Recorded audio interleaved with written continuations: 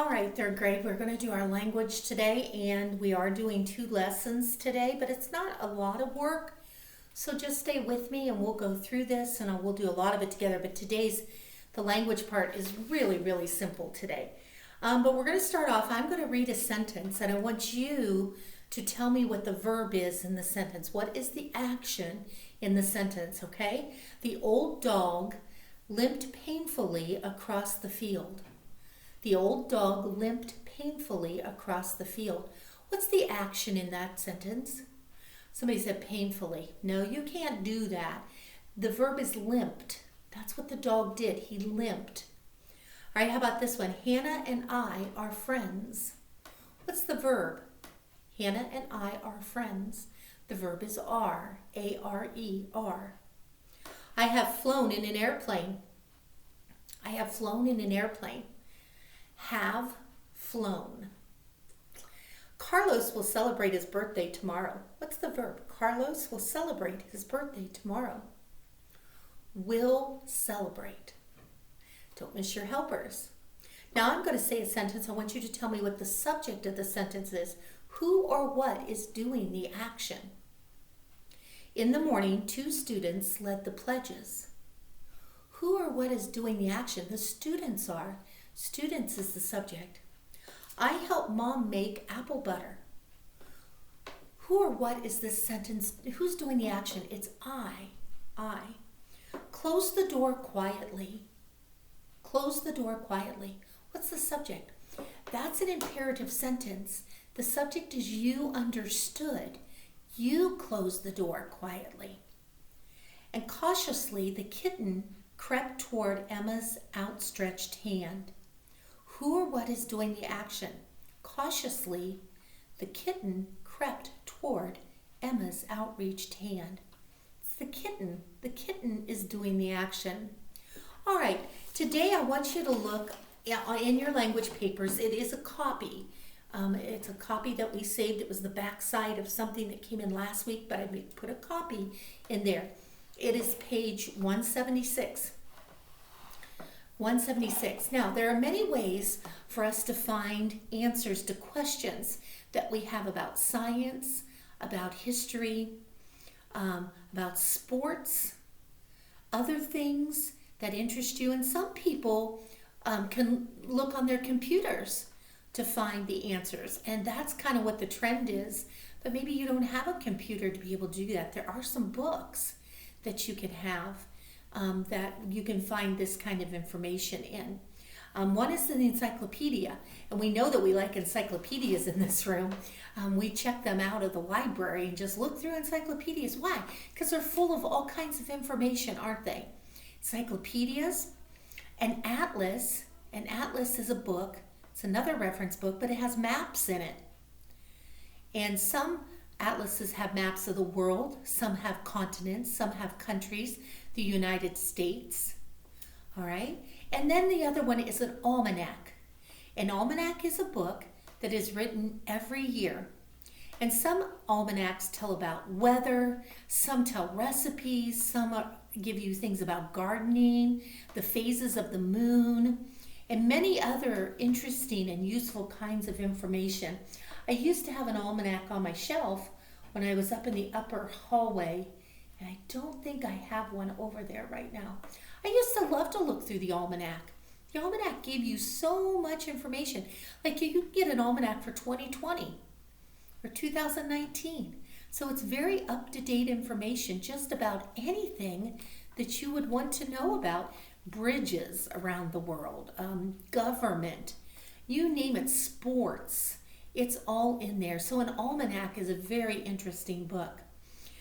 Today we're going to look at, on our page, we have a table of contents. We learned that a glossary is at the end of the book. Remember, I did help you do that because you don't have one. It's usually at the end of the book, a glossary. And in that glossary, they give you definitions and information about words that are in the book. Well, at the front of some books is a table of contents. And you're going to find a list of the names of chapters and the page number where the chapter begins. Now, most Bibles even have a table of contents. Instead of listing chapter names, they list the Bible, the books in order. And many of you, when we have a sword drill, lots of you go to that table of contents to see what page that book begins on. But today, let's look at page 176. We have a table of contents on our page today. It is a list of the sections in a book. The table of contents told the number of the first page of each section. Let's see if we can answer questions about this table of contents. On which page in the book would you find a story about sea turtles? Okay, look up there. Find me a story about sea turtles. And what page would it be on? It would start on what? Page 14. So put 14 on the line. What's the name of the story that begins on page 38? Go up to your table of contents, page 38. It is called The Wise Sailor. Write that on the line. The Wise Sailor. Question 3. How many stories are about lighthouses? Go up there and look at your chapters, or look at your stories. How many are about lighthouses?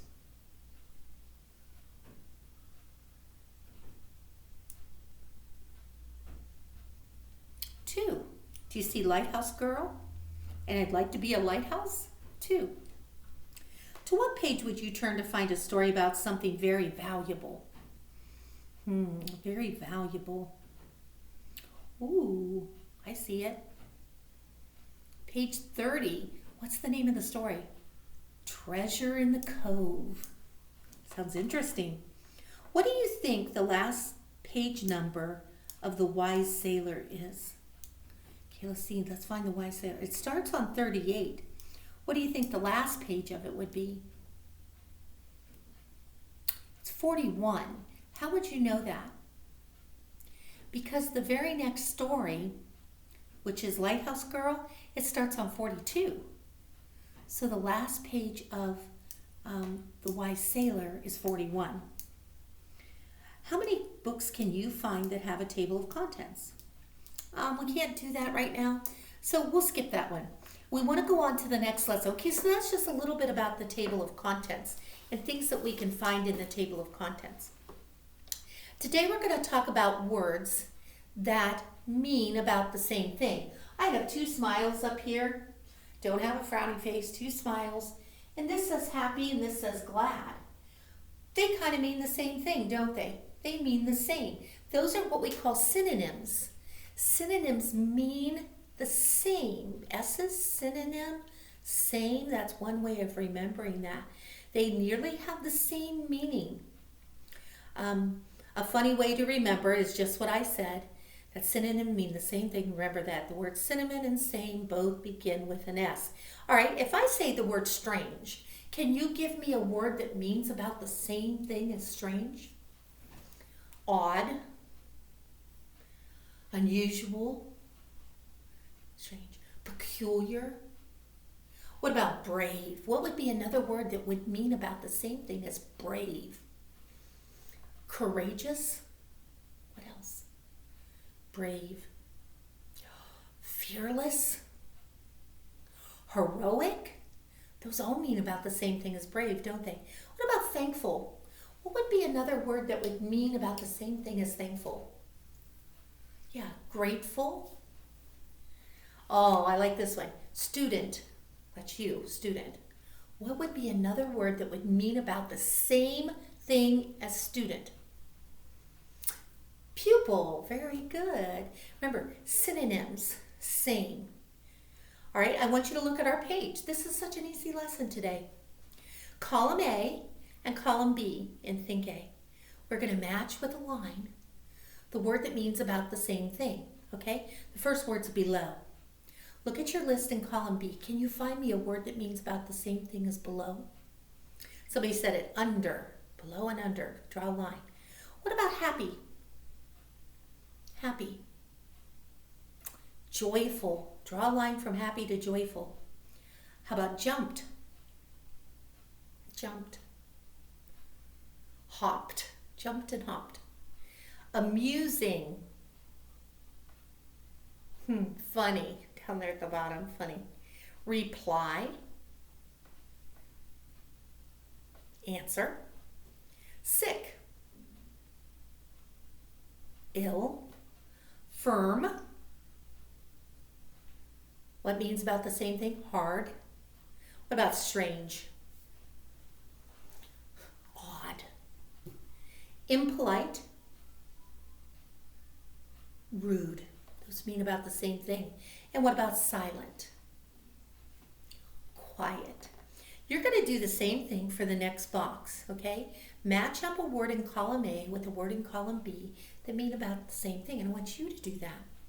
And then write 2 synonyms for walk. What are 2 other words that mean about the same thing as walk? And give me 2 synonyms for run. All right? And that's all you have to do today. Now, we're going to look at our spelling list. We are skipping lesson 29. Those are words that are Easter, and Easter's past. So we'll go ahead to the next lesson. We're going to do lesson 30 this week. Lesson 30. And these words have ly. A lot of them have ly as a suffix on the end of the word. It says at the top, usually we simply add ly. If a root word ends in y, you change the y to I and add ly.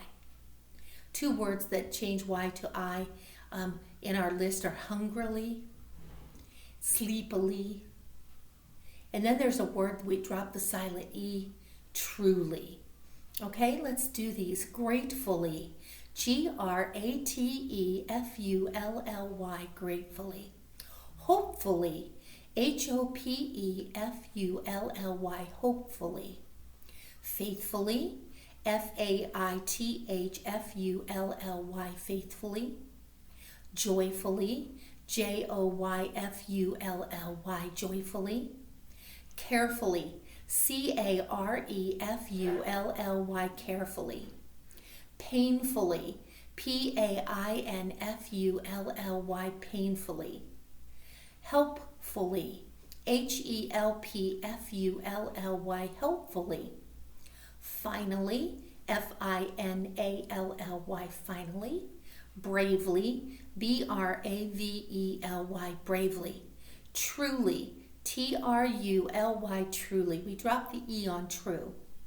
Weekly, weekly, weekly. Boldly, boldly, boldly. Lovely, lovely, lovely. Hungrily, hungry, hungrily. Sleepily, sleepily, sleepily. Springtime, yay! springtime, springtime. Barefoot, barefoot, barefoot. Refreshing, refreshing, refreshing. Blooming, blooming, blooming. And fragrant, fragrant, fragrant, fragrant. I can't talk anymore. All right, good job. Those are our new words for this week. Go ahead and get that language finished up. Not a lot to do there, but I know you had a lot of math to do. Okay, good job, guys.